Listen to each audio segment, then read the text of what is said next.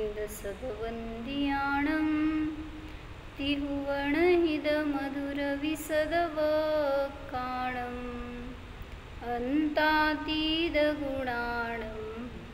णमोजिनाणं जिदभवाणं।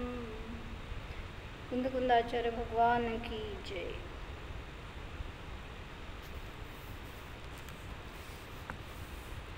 पंचास्तिकामध्ये 14 नंबरची गाथा बघत होतो। 14 नंबरच्या गाथेत सप्तभंगीचं प्रकरण सांगितलं। कशासाठी सप्तभंगी सांगितली जाते तर वस्तूचं स्वरूप समजून घेण्यामध्ये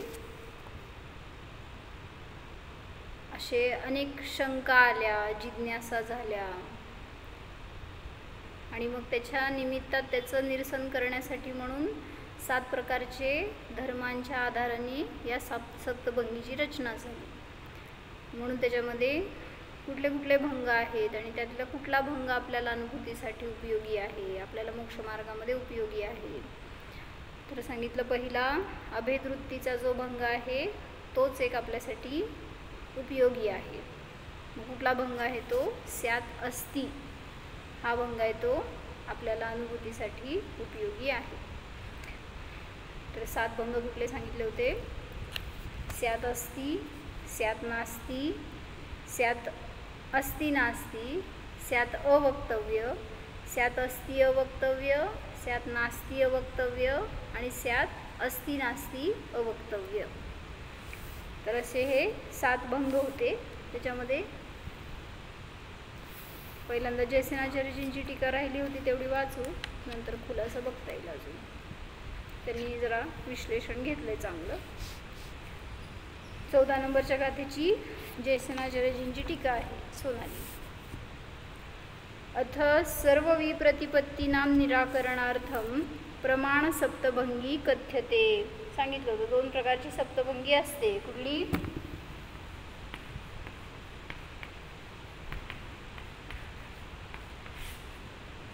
प्रमाण सप्तभंगी आणि नय सप्तभंगी। कशाला म्हणायचं प्रमाण सप्तभंगी? प्रमाण सप्तभंगी म्हणजे काय आणि नय सप्तभंगी म्हणजे काय?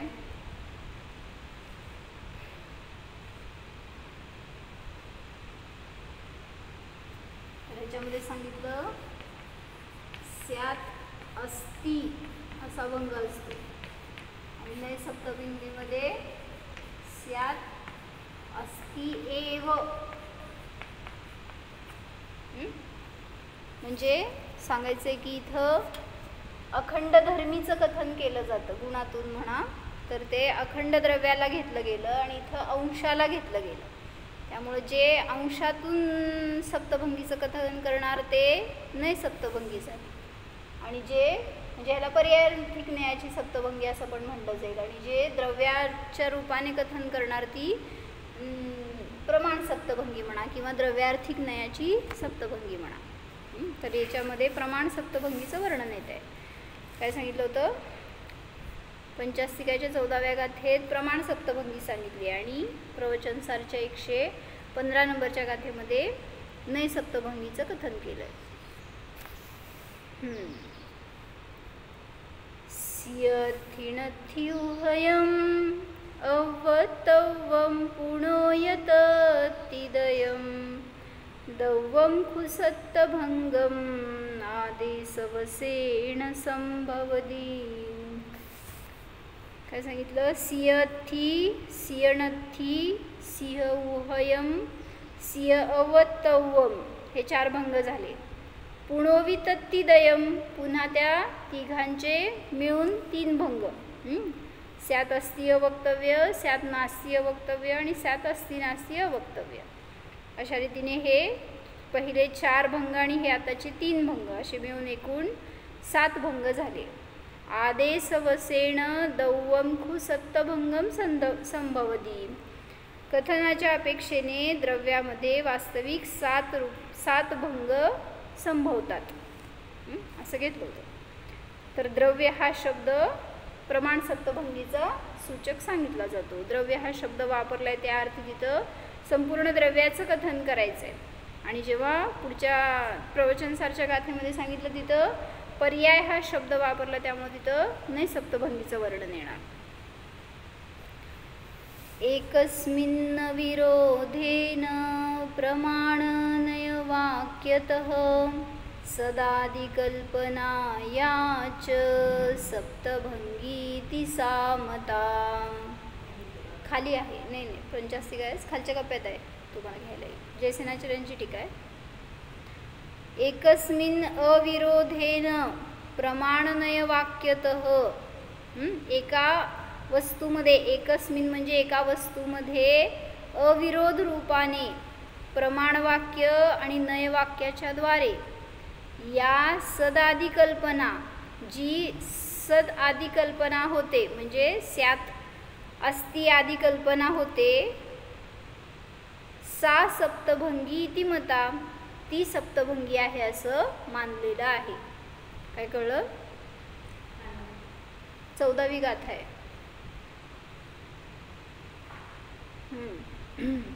कहा भी है कि एक ही द्रव्य में अविरोध रूप से प्रमाण वाक्य और नए वाक्यों के द्वारा जो स्यात अस्ति आदि की कल्पना है वह सप्तभंगी मानी गई है.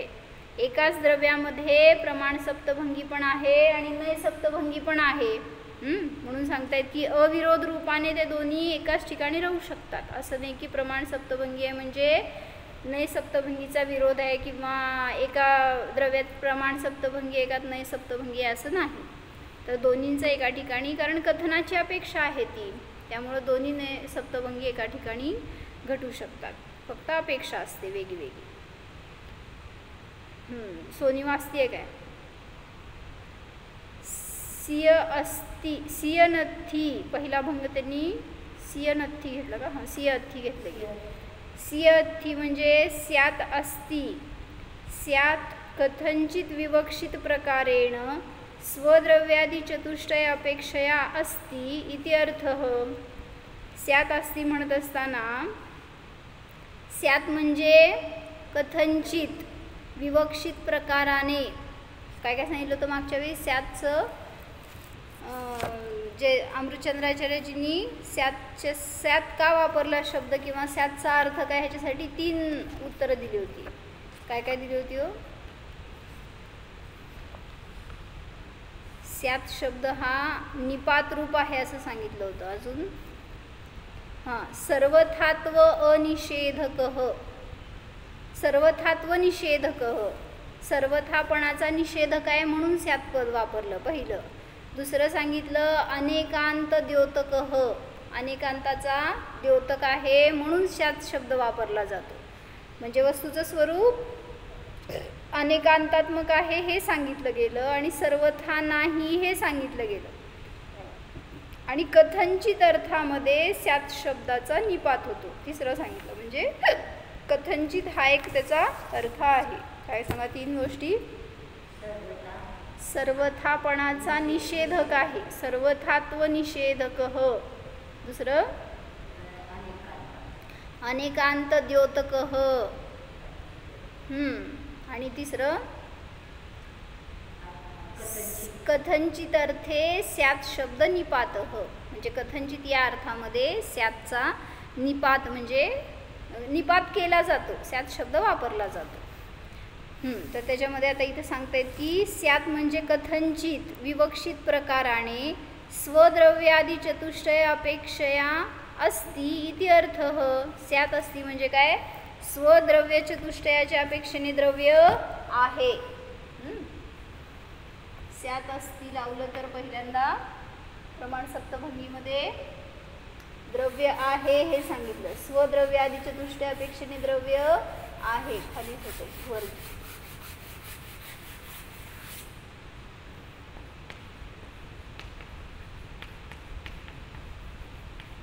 कशाची विवक्षा आली? स्यात अस्तिमध्ये स्वचतुष्टयाच्या अपेक्षेने द्रव्य आहे.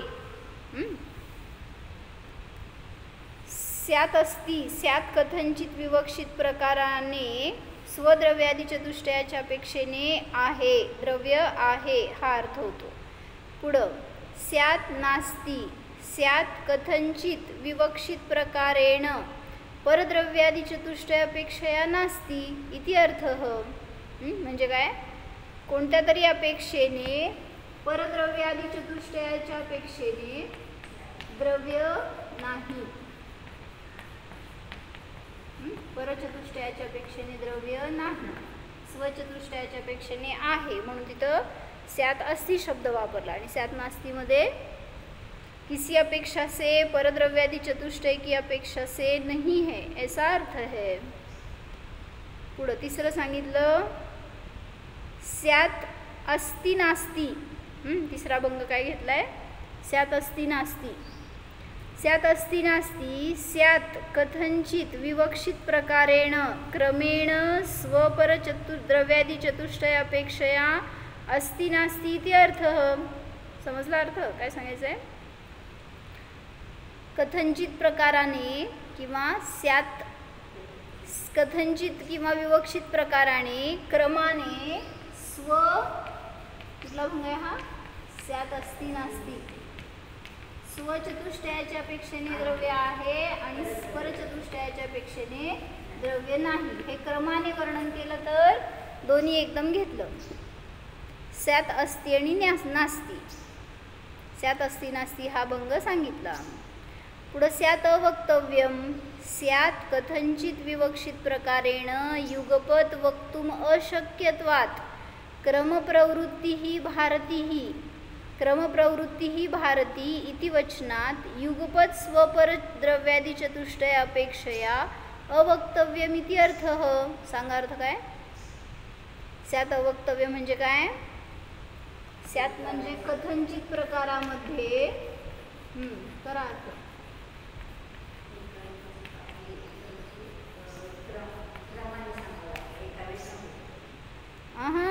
आता इथं अवक्तव्य घेतलं तर युगपतच आहे, युगपत सांगू शकत नाही म्हणून अवक्तव्य सांगितलं। काय कळलं? जेव्हा दोन्ही धर्म युगपत सांगू शकत नाही त्यावेळेस कुठला भंग होतो? अवक्तव्य। काय केलं त्याने अर्थ बघू। स्यात् अवक्तव्य स्यात् कथंचित अपेक्षा से, किसी अपेक्षा से स्वद्रव्यादि चतुष्टय की अपेक्षा से अस्ति तथा परद्रव्यादि चतुष्टय की अपेक्षा से नास्ति।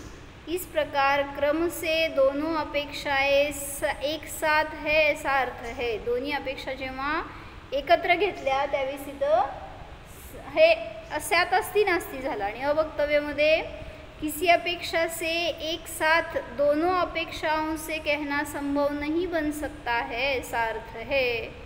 शास्त्र वचन है कि वाणी की प्रवृत्ति क्रम रूप से प्रवर्तन करने की है, युगपत स्वचतुष्टय और परचतुष्टय की अपेक्षा से कथन नहीं किया जा सकता। युगपत कथन करू शकत नाही म्हणून ते वस्तूचं स्वरूप कसं आहे किंवा हा धर्म वस्तूमध्ये आहे अवक्तव्य। आणि स्यात् अस्ति नास्ति म्हणत असताना क्रमाने त्यांचं कथन केलं त्या धर्मांचं, तर स्यात् अस्ति नास्ति हा भंग झाला। पुढं संभवदी नाही, कुठे गेलं? 6 झाले का?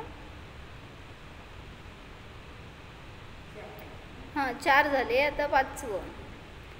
पुणोवि तत्तिदयं पुनः अपि तत्त्रितयं स्यात् अस्ति अवक्तव्यं स्यात् कथंचित विवक्षित प्रकारेण स्वद्रव्यादि चतुष्टयापेक्षया युगपत स्वपरद्रव्यादि चतुष्टयापेक्षयाच अस्ति अवक्तव्यमिति अर्थः। द्रव्य स्वचतुष्टयाच्या अपेक्षेने आहे पण युगपत कथन करा म्हटलं तर अवक्तव्य आहे। म्हणजे अवक्तव्य असताना सुद्धा द्रव्य आहे म्हणून हा भंग सांगितला, स्यात् अस्ति अवक्तव्य।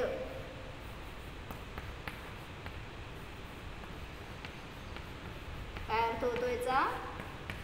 द्रव्य कथंचित आहे पण युगपत कथन करू शकत नाही म्हणून अवक्तव्य असताना सुद्धा द्रव्य आहे म्हणून हा भंग केला, स्यात् अस्ति अवक्तव्य। स्वचतुष्टयापेक्षेने आहे पण युगपत कथन करू शकत नाही म्हणून अवक्तव्य आहे। पुढं स्यात् नास्ति अवक्तव्यम स्यात् कथंचित विवक्षित प्रकारेण परद्रव्यादि चतुष्टयापेक्षया युगपत स्वपरद्रव्यादि चतुष्टयापेक्षया च नास्ति अवक्तव्यमिति अर्थः। आता काय सांगितलं? स्यात् नास्ती अवक्तव्य म्हणजे काय? द्रव्य अवक्तव्य असून सुद्धा परचतुष्टयाच्या अपेक्षेने नाही, म्हणून तिथं नास्ती अवक्तव्य असा भंग झाला. काय कळलं सांगा?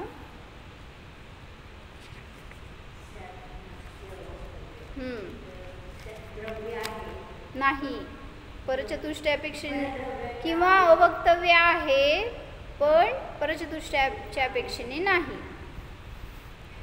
वे प्रथम तीनों भंग अवक्तव्य के साथ फिर बनते हैं. स्याद अस्ति अवक्तव्य अर्थात किसी अपेक्षा से प्रथम बोल और चतुर्थ बोल एक साथ नहीं कह सकते हैं, ऐसा अर्थ है. अस्ति अवक्तव्य म्हणजे ते बोल तर आहेत, दोन्ही एकावी आहेत, पण एकावेळी कथन करू शकत नाही आपण. जसं तुमच्यामध्ये किती गुण आहेत? तो आता अनंत गुण आहेत. सांगा बघू, एकावेळी सांगा. हां, त्यामुळे एका वाक्यामध्ये सगळ्या गुणांना आपण समाविष्ट करू शकत नाही, एका समयात ते सगळे गुण सांगू शकत नाही. म्हणून सांगितलं आहेत की नाही धर्म, अनंत धर्म आहेत, पण सांगू शकत नाही युगपत, म्हणून अवक्तव्य आहे. म्हणून काय सांगितलं? आपलं स्वरूप कसं आहे? अनंत गुणात्मक आहे, पण स्वचतुष्टयाने आहे. अवक्तव्य असताना सुद्धा स्वचतुष्टयाने आहे, परचतुष्टयाने नाही. तरी तर त्यांनी शंका समाधान घेतलेत. पहिलं हे काय सांगितलं अर्थ? स्यात् अस्ति नास्ति अवक्तव्य अर्थात किसी अपेक्षा से तीसरा बोल और चौथा बोल एक साथ नहीं कहे जा सकते. तीसरा बोल स्यात् अस्ति नास्ति आणि अवक्तव्य युगपत सांगू शकत नाही, ऐसा अर्थ है. कौन संभवदी यानी होता है. कौन होता है? प्रश्नोत्तर के वश से नाही, अर्धवट झालं का आपलं? स्यात् अवक्तव्य म्हणजे स्यात् अस्ति अवक्तव्य अर्थात किसी अपेक्षा से प्रथम बोल और चतुर्थ बोल एक साथ नहीं कहे जा सकते, ऐसा अर्थ है. पहिला आणि चौथं बोल एका वेळी सांगू शकत नाही, म्हणून त्यांचा जोड रूप कुठला भंग झाला? कुठला भंग झाला? अस्ति अवक्तव्य. म्हणून अवक्तव्य असताना सुद्धा वस्तू स्वतःच्या चतुष्टयाच्या अपेक्षेने आहे, अस्थिरूप आहे. पुढं सियनथी अवक्तव्यम स्यात् नास्ति अवक्तव्य अर्थात दूसरा बोल और चौथा बोल किसी अपेक्षा से एक साथ नहीं कहे जा सकते. कुठला? दुसरा आणि चौथा बोल. बोला कुठला आहे? नास्ति अवक्तव्य. हा भंग एकावीस आपण सांगू शकत नाही, म्हणून तिथं तो सेपरेट भंग तयार झाला. म्हणजे मला म्हणायचं हे सगळे धर्म आहेत बरं का वस्तूमध्ये. म्हणजे त्यांनी सांगितले की हे अशा प्रकाराने भंग झाले असं सांगतायत, पण ते भंग म्हणजे वस्तूच्या धर्माशिवाय भंगांची उत्पत्ती होत नाही. कारण बघितलं होतं ना आपण कसे भंग तयार होता. तो 7 भंगांची उत्पत्ती का झाली सांगा? घेतलं होतं. हां,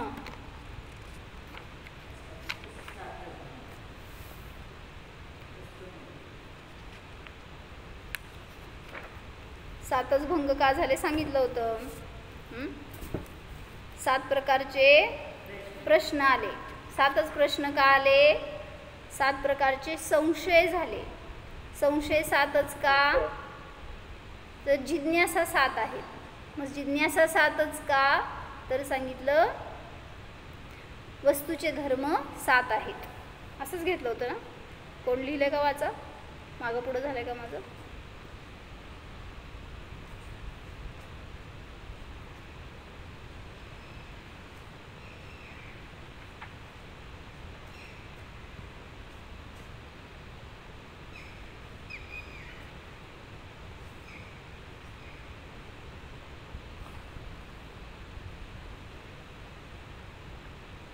तो 7 प्रकार के वस्तु के धर्म, इसलिए 7 प्रकार के संशय, 7 प्रकार की जिज्ञासा, 7 प्रश्न और 7 भंग. मग संशय नाही आला का? प्रश्नामध्ये संशय घेतला का? नाही, वास्तव नाही का धर्म नंतर 7 प्रकार के वस्तु के धर्म और 7 प्रकार के संशय. हां, म्हणजे 7 प्रकार की जिज्ञासा. हां, म्हणजे पहिल्यांदा धर्म घेतले. 7 प्रकारचे धर्म आहेत. म्हणून 7 प्रकारचे संशय झाले. 7 प्रकारचे संशय आहेत म्हणून 7 प्रकारच्या जिज्ञासा झाल्या. पुढं जिज्ञासा म्हणजे इच्छा जाणून घेण्याची, आणि म्हणून 7 प्रकारचे प्रश्न उत्पन्न झाले, आणि म्हणून 7 प्रकारचे भंग झाले. बरोबर आहे. वस्तूमध्ये हे 7 धर्म आहेत म्हणून त्याच्या निमित्तात तशा प्रकारचे संशय झाले. हो, आहे का वस्तू? हो आहे, म्हणून हा पहिला भंग झाला.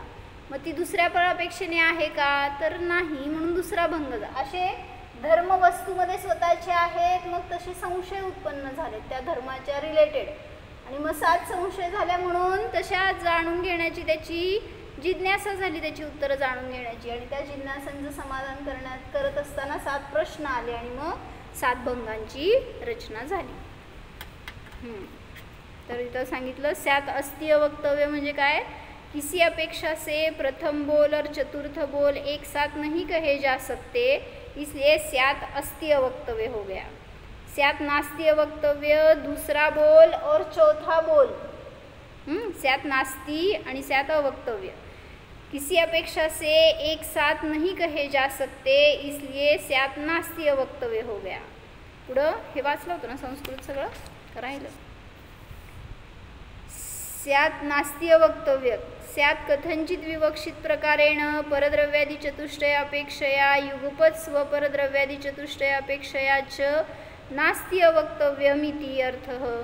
7 नास्ती आणि अवक्तव्य या 2 भंगांचा जोड होऊन कुठलं झाला भंग? 7 नास्तीय वक्तव्य. आता पुढचं शेवटचं सांगतायत. 7 अस्ति नास्ती अवक्तव्य. 7 याने कथंचित विवक्षित प्रकारेण क्रमेण स्वपरद्रव्यादि चतुष्टय अपेक्षया युगपत स्वपरद्रव्यादि चतुष्टय अपेक्षया च अस्ति नास्ती अवक्तव्यमिति अर्थः. 7वा अर्थ काय? 7वा भंग काय आहे? 7 अस्ति नास्ती अवक्तव्य. काय अर्थ हो याचा? स्वचतुष्टय. पहिल्यांदा सांगितलं क्रमाने स्वचतुष्टयापेक्षेने आहे, परचतुष्टयापेक्षेने नाही. पण युगपत कथन करत असताना त्या दोघांचं अवक्तव्य आहे, करू शकत नाही. म्हणून अवक्तव्य असताना सुद्धा वस्तू स्वचतुष्टयापेक्षेने आहे, परचतुष्टयापेक्षेने नाही. समजलंय? त्याला म्हणलं 7 अस्ति नास्ती अवक्तव्य. तर इथपर्यंत त्या 7 भंगांचा खुलासा केला. पुढं सांगतायत संभवती. किम कर्तृ संभवतात. कोण? द्रव्यम, द्रव्य संभवतो. स्फुटम म्हणजे स्पष्ट रीतीने. कथम भूतम, कशा प्रकाराने संभवतो. सप्तभंगम, 7 भंगरूप संभवतो. घेतलेतच पुढं त्यांनी का 7 भंग होतात. केन, कोणाच्याद्वारे संभवतात. प्रश्नोत्तर वशेन, प्रश्न उत्तराच्या वश असे 7 भंग संभवतात. एका वस्तूमध्ये तुम्ही केलेल्या प्रश्नोत्तराच्या संबंधाने 7 भंगांची रचना होते. तथा हिने खुलासा करतात. अस्ति इत्यादी सप्तप्रश्नेषु कृतेषु सत्सु. अस्ति अशा प्रश्नांचं प्रश्न उत्पन्न केले असताना 7 अस्ति इत्यादी सप्तप्रकार परिहार वशेन इति अर्थः. प्रश्नोत्तर वशाने सांगायला लागलेत ना, तर प्रश्न काय उठले? 7 अस्ति असा प्रश्न उठला. 7 अस्ति आहे का, द्रव्य अस्ति आहे का, असे 7 प्रकारचे प्रश्न केले असताना सत्सु केले असताना 7 अस्ति इत्यादी 7 अस्ति अशा प्रकाराने 7 प्रकारच्या परिहार वशाने 7 भंग संभवतात.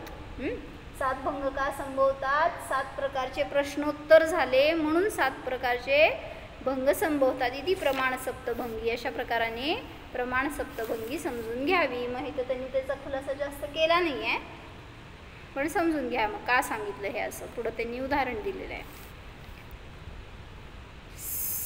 किस कारण से 7 भंग रूप होता है?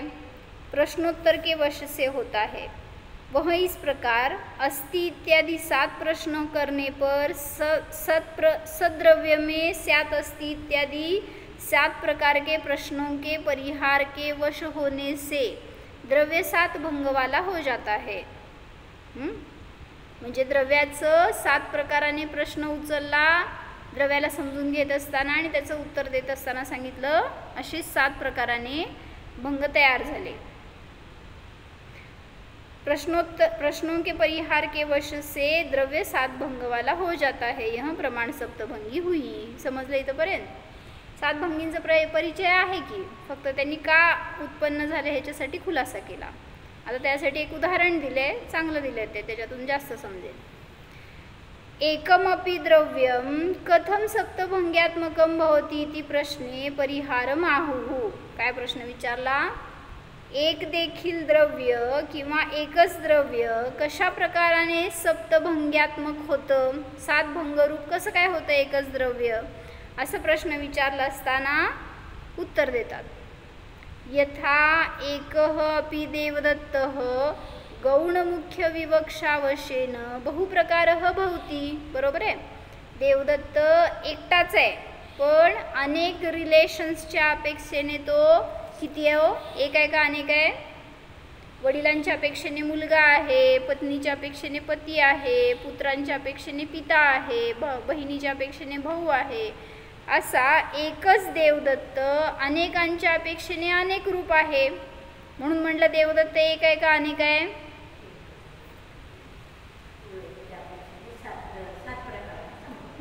7 म्हणायचं। 7 काय? देवदत्त एक पण आहे आणि अनेक पण आहे, असं म्हटलं तर आपल्याला बाधा येत नाही। जैसे एक ही देवदत्त गौण और मुख्य विवक्षा के वश से अनेक प्रकार का हो जाता है, अनेक प्रकाराचा होतो। कथमिति चेत, कशा प्रकाराने? मग त्यांनी उदाहरण दिले। पुत्रापेक्षया पिता भण्यते, सह अपि स्वकीय पितापेक्षया पुत्रः भण्यते। समजते का? नाही भाषांतर केलं तर पुत्राच्या अपेक्षेने पिता आहे, तोच देवदत्त स्वकीय पित्याच्या अपेक्षेने पुत्र आहे। माझ्या पुत्राच्या अपेक्षेने मी पिता आहे आणि माझ्या पित्याच्या अपेक्षेने मी पुत्र आहे। मातुल अपेक्षया भगिनयः भण्यते। मातुल म्हणजे मामा की अपेक्षा से भांजा है।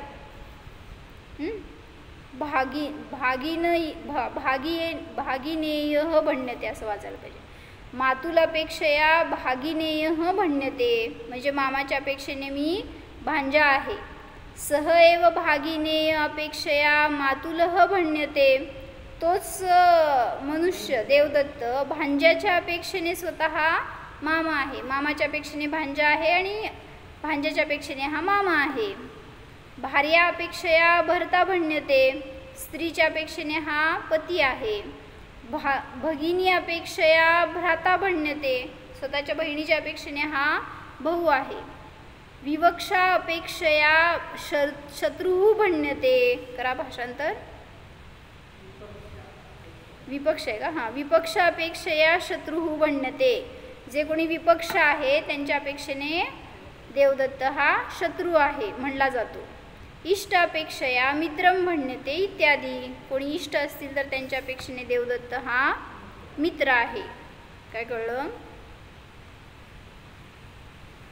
म्हणजे एकाच देवदत्ताचे अनेक रिलेशन्स पण असू शकतात का? कारण त्यांच्यामध्ये सप्तभंगी घटित होते, कारण वस्तुव्यवस्था अनेकांतात्मक आहे, कुठेही त्याची बाधा येत नाही। एकच जरी देवदत्त आहे तरी तो पुत्र पण आहे, पिता पण आहे, मामा पण आहे, भांजा पण आहे, भाऊ पण आहे, शत्रू पण आहे आणि मित्र पण आहे।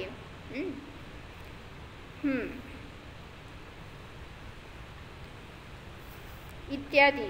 तथा एकमपि द्रव्यम गौणमुख्य विवक्षावशेन सप्तभंग्यात्मकं भवति इति नास्ति दोषः इति सामान्य व्याख्यानम। काय कळलं?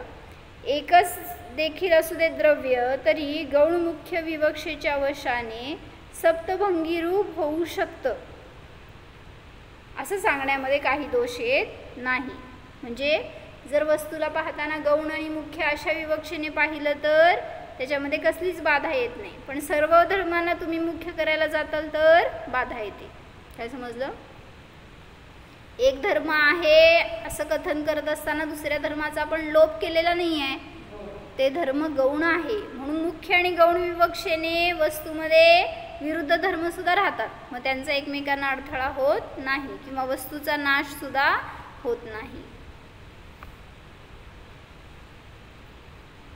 गौण और मुख्य विवक्षा के वश से एक ही द्रव्य 7 भंगात्मक हो जाता है, इनमें कोई दोष नहीं है. इसी प्रकार सामान्य स्थूल कथन हुआ. अशा प्रकारे इथपर्यंत सामान्य कथन सांगितलं. आता याच्या पुढे अजून विशेष सांगणार आहेत, म्हणजे अजून क्लिष्ट असणार काय सांगायला लागले तर बरं का.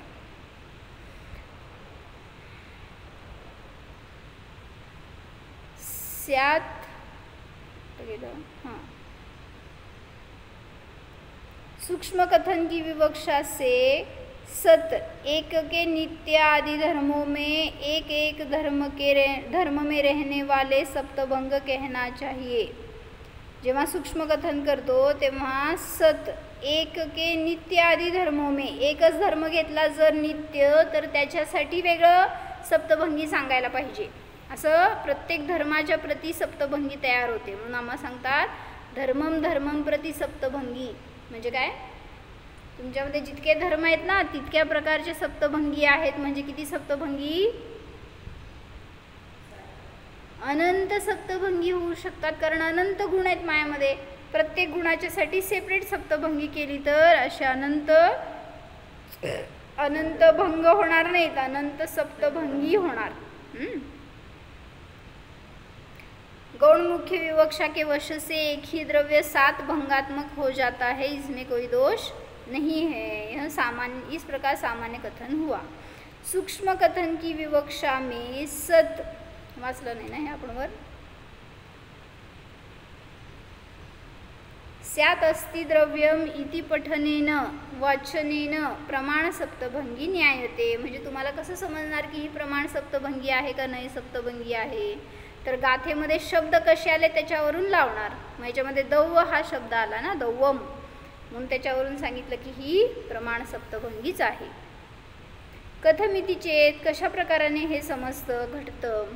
कथमिति चेत, कशा प्रकाराने. स्यात् अस्ति इति सकल वस्तुग्राहकत्वात् प्रमाणवाक्यम, अस्ति द्रव्यम इति दुप्रमाणवाक्यम, अस्ति एव द्रव्यम इति दुर्नयवाक्यम. काय कळलं? सकलादेश हे कसं असतं, प्रमाणाधीन असतं आणि विकलादेश नयाधीन असतं. म्हणजे काय, संपूर्ण वस्तूचं कथन करणार ते सकलादेशी आहे आणि त्याच्यामध्ये प्रमाण सप्तभंगी गर्भित होते. आणि जे नय सप्तभंगी आहे त्याच्यामध्ये अंशाचं कथन येतं किंवा एक देशचं कथन येतं. विकलादेश असतं, जिथं विकलादेश आहे तिथं नय सप्तभंगी आहे. पुढं अस्ति द्रव्यमिति दुप्रमाण वाक्यम, अस्ति एव द्रव्यमिति दुर्नय वाक्यम. द्रव्य आहे म्हणलं नुसतं स्यात शब्द न लावता बरं का, हे समजून घ्यायचं. तिथं द्रव्य आहे असं म्हणणं दुप्रमाण वाक्य आहे, ते प्रमाण नाही. किंवा अस्ति एव द्रव्यम असं म्हणणं सुद्धा पुसले मी बोलवायचं, हे सुद्धा नय वाक्य नाही, कारण ते चुकीचं आहे. दुप्रमाण वाक्यम, सकलादेश कुठे गेलं. अस्ति द्रव्यमिति दुप्रमाण वाक्यम, अस्ति एव द्रव्यमिति दुर्नय वाक्यम. जेव्हा इथं आग्रह केला प्रमाण सप्तभंगीमध्ये एखाद्या धर्माचा, तर ती दुप्रमाण सप्तभंगी झाली, असं सांगितलं ना.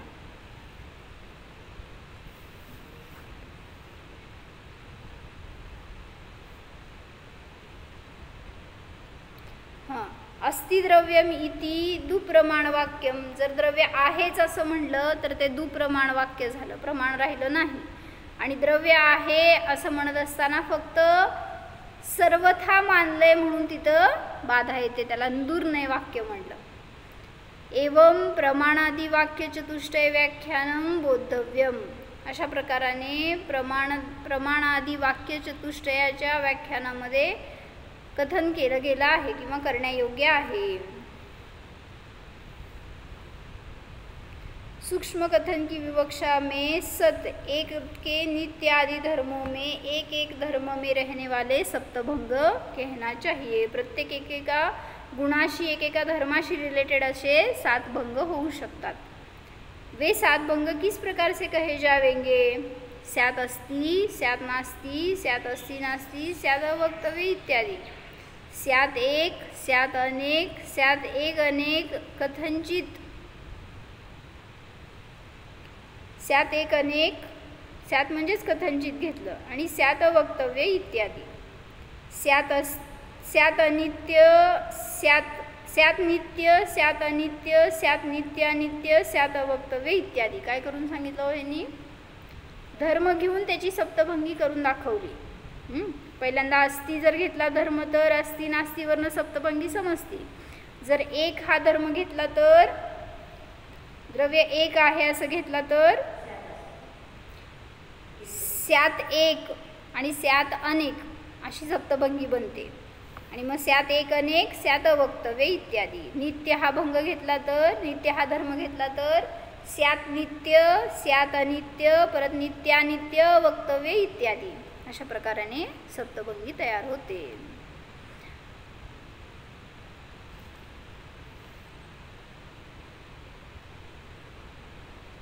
स्यात् नित्यं स्यात् अनित्यं स्यात् नित्यानित्यं स्यात् अवक्तव्यम इत्यादी. तत्केन दृष्टांतेन इति कथ्यते. हे सगळं कुठल्या दृष्टांताने सांगितलं? यथा एकः अपि देवदत्तः स्यात् पुत्रः, समजण्यासारखं आहे. स्यात् अपुत्रः, स्यात् पुत्र अपुत्रः स्यात् अवक्तव्यः, स्यात् पुत्रः वक्तव्यः, स्यात् अपुत्रः वक्तव्यः, स्यात् पुत्र अपुत्रः अवक्तव्यः च इति सूक्ष्म व्याख्यान विवक्षायाम सप्तभंगी व्याख्यानम ज्ञातव्यम. काय सांगितलं? तोच देव एक कोणी देवदत्त स्यात् पुत्र आहे, स्यात् अपुत्र आहे. कोणाच्या अपेक्षेने? पित्याच्या अपेक्षेने पुत्र आहे, पुत्राच्या अपेक्षेने पिता आहे किंवा अपुत्र आहे. आणि पुत्र अपुत्र आहे, अवक्तव्य आहे, पुत्र अवक्तव्य आणि अपुत्र अवक्तव्य आणि पुत्र अपुत्र अवक्तव्य आहे. अशा प्रकाराने 7 भंग करून सांगितले. अशा सूक्ष्म व्याख्यानाच्या विवक्षेने सप्तभंगी जाणणे योग्य आहे. स्यात् अस्ति द्रव्यम इति पठनेन वचनेन प्रमाण सप्तभंगी न्यायते. स्यात् अस्ति द्रव्यम असं जे वचन आलं त्या वचनावरून प्रमाण सप्तभंगी जाणली जाते. म्हणजे शास्त्रा त्या गाथेमध्ये स्यात् अस्ति द्रव्यम असा शब्द आला ना, त्या द्रव्य या शब्दावरून ही प्रमाण सप्तभंगी आहे असं जाणलं जातं असं सांगितलं. मग याच्यामध्ये अजून 1-2 वाक्य राहिलेत, नंतर बघू. तर त्यात मला काय विचारायचं होतं की अजून 2 प्रकारची सप्तभंगी सांगितली जाते. कुठली असते हो? एक धर्मात्मक सप्तभंगी आणि उभय धर्मात्मक सप्तभंगी. आता ते काय असतं ह्याच्यावर तुम्हाला चिंतन करायचं आहे किंवा शोधायचं आहे. न्यायदीपिकेमध्ये शोधला तर मिळणार आहे. हे मला बघून परत सांगा पुढच्या क्लासला. काय म्हणले मी? एक धर्मात्मक सप्तभंगी आणि उभय धर्मात्मक सप्तभंगी म्हणजे काय? ओम.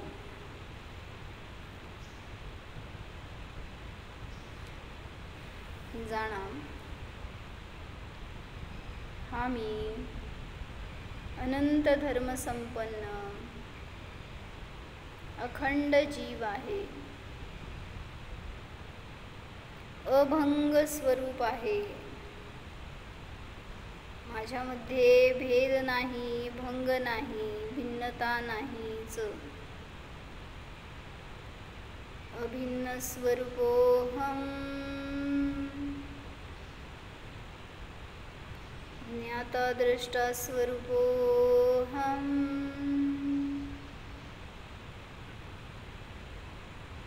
जीवोऽहम्.